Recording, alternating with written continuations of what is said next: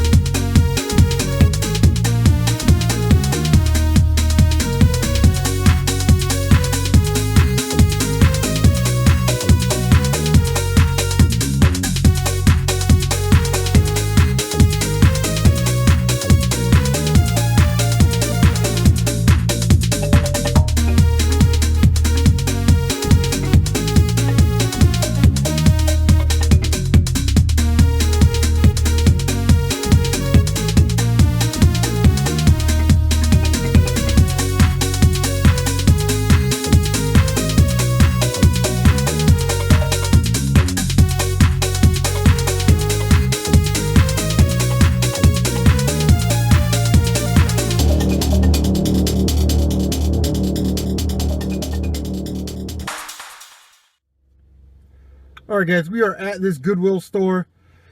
This Goodwill has been stingy with games and has been very unforgiving and relentless. So we're going to run in and see if we can catch them on something. So let's go.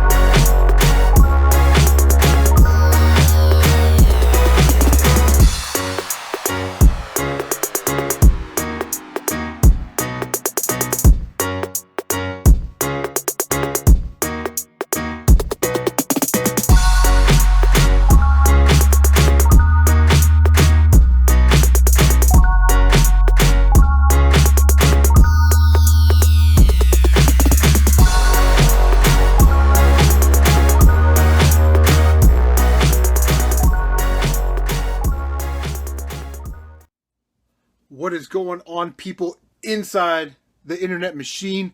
Welcome to this pickup video. We kind of lacked on the games this week, but we did pick up a ton of stuff, a ton of other stuff. So before we get into it, let's just start with a trade that I had with a subscriber of the channel and a guy that I've done trades with before. Big Remington. I don't know if you want all your stuff out there. That's why I didn't film the transaction. But we traded straight up game for game. I traded him that copy of Excitebike that we got in last week's episode for an N64 game that I needed. And I snagged Turok the Dinosaur Hunter. Surprisingly, I didn't have this one. So I got a little sticker residue there. We'll get that off. Stickers on the back. Not a huge deal for me, especially on common games. Like if this were, you know, Conkers or Worms Armageddon or something like that, I'd swap it out. But it's Turok, so we're going to leave that on there. It's a little dirty, but looks like it'll play. So thanks again, man. Appreciate it. And what's cool is he lives like 2 or 3 miles up the road from me. So we traded numbers, and I'm sure we'll be doing a lot of trading in the future. Okay, so thrift store pickups, man. Brett Hamilton and I were just talking about this game the other day because I got it on PS2 from the Small Town Retro Gamer. And it's The Thing for the PS2. And he goes, man, if you ever see that for the Xbox out in the wild, pick it up. And I found it at Thrift for $4.99, which is a deal. Complete, very nice condition copy. So Hamilton actually bought an Xbox collection from somebody for like 20 or 30 bucks. And there was a game in there that I'm going to trade for. So you guys will probably see that on the next episode. But I'm very excited to have it in the collection, even though it's not here yet. Alright, also another Xbox pickups. You guys saw that there at the end of the pickup video for $1.91. Picked up Def Jam Fight for New York. This game is getting expensive, like 30, 35 buck range. It is complete, but unfortunately this disc, guys, it's not coming back. This disc is too fucked up. I saw it at the store. I don't know if you can see that. Yeah, those are cracks, and it looked like somebody tried to use like a toothpaste or some other type of resurfacing cream to fix those cracks. So that disc is not coming back. Now, I will take it to Maxine's Bargain Box in Newark, Ohio, because they'll buff my discs for free or resurface them for free. So I'll have them resurface it, and if it works, then it works, but I wasn't counting on it. So I knew I was spending $1.91 on the case, the cover art, and the manual, which I thought was a good deal because somebody's actually trying to sell the cover art and the manual online for like 10 bucks. So, and if that disc doesn't work, I've got an extra case and manual in case anybody else needs it, or in case I find the loose disc, or they find the loose disc and they want to trade it to me, whatever. Alright, so I went to the Goodwill. Man, they haven't had anything. This Goodwill used to do like auctions. All the video game stuff was in auctions, and then they got tired of that. I don't know if the guy got fired, quit, retired, resigned, whatever. But now they just put the games in the glass case, and they put price tags on them. Well, this week they didn't even have games in the case, so I walked back to where the CDs and the books and the VHS tapes are. Did find a wrestling game. This is absolutely my era of wrestling. It's a PlayStation 1 game. It's WWF In Your House. Now, what I understand, this is a little bit more uncommon on the NES, but this is totally my era of wrestling, man. The pre-Attitude and Attitude era. I love the rosters. I love looking at the rosters on these old games, man, because you get some wrestlers that are like, I don't remember that guy, but he ends up finding his way on the game. So let's just take a quick roll call here. We got Bret Hart, Ahmed Johnson. Ahmed Johnson was one of my favorite wrestlers back in the day, man. He's just this huge dude. Played football. He wrestled like in college and high school and stuff, obviously, dude being that big. But I don't know if this is a statement of the times, especially, well, back then it was a big deal. Ahmed Johnson was the first black American to win any singles title in WWF history, WWE WWF history, when he defeated Goldust at the King of the Ring in 1996 to win the Intercontinental Championship. And I remember that, and being a kid, I didn't really think that was a big deal, but you understand the context of history as you get older. In 1996, sorry WWF, sorry Vince, you failed. You waited till 1996, really? You had so many great African-American athletes in the WWF, you know, all throughout history. The Big Cat Ernie Ladd comes to mind right off the top of my head. But, and you wait till 1996 to put a strap on somebody? Okay. Let's see, we got Vader. The aforementioned Gold Dust right there. Gold Dust, one of my favorite wrestlers from back in the day too, man. I always remember the bizarre like vignettes or trailers, and then I always remember his WrestleMania 12 match, street fight match with Roddy Piper, and all those Intercontinental title matches against Razor Ramon, who loves Scott Hall, man. Big Scott Hall fan. We got Ultimate Warrior, Owen Hart, British Bulldog. Those three guys are dead. We got Hunter Hearst Helmsley when he was doing the Blue Blood gimmick and not the game gimmick, you know. Who else we got? We got Undertaker and Shawn Michaels. So it looks like WrestleMania the arcade game for Super Nintendo and whatnot, which I want to get that game too, but we'll definitely have to play that just for nostalgia reasons. And for 99 cents, the price was right. All right, guys, enough wrestling talk, because I don't know if any of you like wrestling except for Captain Retro. Always cool to see recoupers at thrift stores. And when I saw this, I knew I was going to buy it. $7. I don't know if it's going to come through. There it is, $7, $6.99. Picked up a nice working TI-86 calculator. So that'll flip for 30, 40 bucks, somewhere in there. So definitely excited to get that. I'm thinking about buying a specific game with this if I can find it, or putting it towards a specific game. And if I find that game, then I'll let you know more about it. Okay. So we hit the Goodwill at the end of the day. It was the last stop of the day. It was like noon, so I can't even believe this stuff was still there. But for $1.99 a piece, which I thought was a steal, I'll probably end up flipping these or trading these because I don't really need any of these. But yeah, these controllers were $1.99 each. We got a very nice Sega Genesis controller. Just a little dirty. Looks like it's got a little surface dirt, but none of the buttons are extra sticky or anything like that. So that's a good sign. So we picked up a regular Sega Genesis 3-button controller. And then they also had a Sega Genesis 3-button controller with the turbo switches. You guys can see the turbo switches right there. Very cool. Sega Genesis Megafire. That's its official name. So that's pretty cool. Picked up a green original Xbox controller.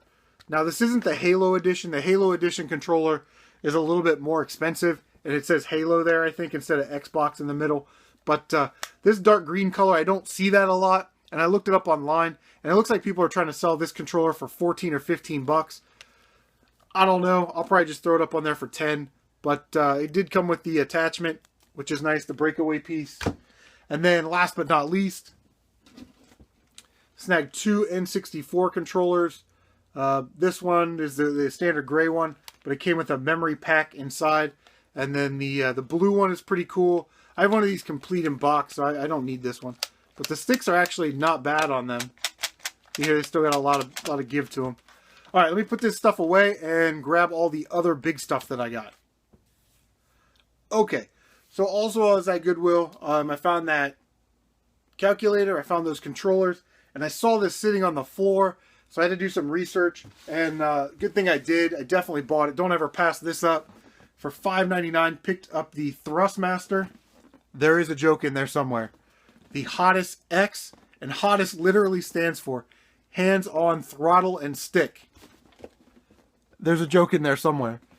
So yeah, I got a flight stick. The best part about this thing, man, is it's for the PC, obviously, and the PS3. So if you have a flight sim game for your PlayStation 3, it's got a USB port. You just plug that bad boy in, and you can play some flying games. Box has a little wear. Like I said, when I found it, it was on the floor at Goodwill in the toy section. But we'll tape that up. The lid was open, and all this crap was laying outside of the box. You know, on the floor, wires hanging out everywhere. So if you ever see those things go, that's the base model. That goes for like 35, 45 bucks, somewhere in there. And I haven't really decided whether I want to flip that or keep it. I'll probably just end up flipping it, to be honest with you. Okay. Now I got two really cool pickups. And I'm kind of looking around going, okay, what do I want to show first? We're going to go this way. So at Goodwill with the controllers, you guys probably saw it in the video. Man, I was super stoked to find this. This is absolutely insane. I've actually never even seen one of these in person before. But it is the Interact Arcade Shark. I always want to call it the Game Shark because it's made by the same people that make Game Sharks. the Arcade Shark arcade stick for the Nintendo 64. And guys, this thing is massive. I'll end up doing probably a cleaning or maybe a review on it down the line. But yeah, it's pretty sweet. It's got all your standard N64 buttons. Start button is down here, and then you've got a turbo button and a slow motion button. And this is really cool. You can actually take this stick out and put it in the D-pad there. So here's your analog, and then here's your D-pad. So definitely awesome to have that. Oh, and the other thing that's really cool about this, I actually saw a reviewer review this, and they didn't even mention it. But in here, you can stick your memory card pack and transfer pack. Does not work with a rumble pack though, but yeah, definitely cool to see this. The prices for this thing are all over the place. Looks like they're selling for about 25 to 40 bucks, with the most recent sales being 40 and 45. But if you found one complete in box, looks like those are going for 100. So yeah, keep your eye out for that. There's not a lot of information actually on the internet about this. It looks like it came out in like 1996, and because there were other arcade sticks at the time that retailed for $59.99, I'm going to say the actual retail price of that was probably close to 60 bucks. All right, here we go. The last thing in the video. Very, very, very excited to see this. For $10, man, you guys saw it in the video. It's the Aurora Interactor. This is crazy. This plugs into your Sega Genesis or your Super Nintendo. It's got like a vibrating backpack and a speaker there. You can see it. And, you know, when you get hit in Mortal Kombat, it like vibrates. And you're supposed to like feel the hits and, you know, be more a part of the game. It says right, virtual reality gameware. I don't know about virtual reality, but this is just another one of those shitty accessories that came out in like 1993. I wanted one of these when I was a kid, but it actually retailed for like 150 or 160 bucks. So when you're faced with that Christmas decision of $150 worth of this or $150 worth of games, you take the games every time. Although I probably didn't get any good games. But if we take a look at this, completely awesome. Everything in there is still sealed. Here's the modulator that you control the volume with. There's the power pack. And here's probably the harder part to find. It's the adapter. The bag that comes in is still sealed. So definitely going to have to give this a try. This is definitely odds and ends worthy to open it and plug it in. And you guys can watch my goofy ass wear this and play Street Fighter. So, all right, I do have a special announcement. So hold on one second. Okay, guys, we're back. Just a few quick channel updates real quick. The first one, the most important one, is at the end of November, if you live in Central Ohio and you're a fan of The Ohio State University Fighting Buckeyes, there's one college football game that always matters. And that's our game against that team up north. And if you know what I'm talking about the University of Michigan. And that game is going to be very, very important this year, I believe, as it may have college football playoff implications. So basically, it's like a playoff game before the Big Ten championship game, which is also a playoff game. So really, we have it tough in the Big Ten. We got to win, let's see, Michigan game, Big Ten championship game, and then 2 playoff. We're the only conference that has to win 4 playoff games in a row. Poor Big Ten. Anyway, getting back on point. Nintendo 13 is also a college football fan, and he lives in that state up north, and he's a fan of that team that I already mentioned. So we decided to put a little wager on the game. Now, it could be something embarrassing like shave your head or, wear a dress or something like that. But we decided that we were just going to wager a game, like a $20, $25 game. So Nintendo 13 is actually wagered. I don't know why, why you would give up such a great game, basically for free, because you're going to lose. A complete in-box copy of Grandia 2 for the PlayStation 2. He sent me some pictures of it. Very mint condition. Very nice. So I sent him back a couple of games that I had on my list. And he immediately picked this one out. He's a huge GameCube fan. So he picked out Super Mario Strikers for the Nintendo GameCube. Only for the GameCube. So a very nice condition. Complete copy of that. I have the manual already turned around for you, buddy. But there's the manual. Very nice condition on the manual. And then it also comes with the Nintendo Power insert and the precaution manual. So look forward to that game at the end of the month. And Nintendo 13, You already have my address, so, you know, just go ahead and ship that out whenever, bro.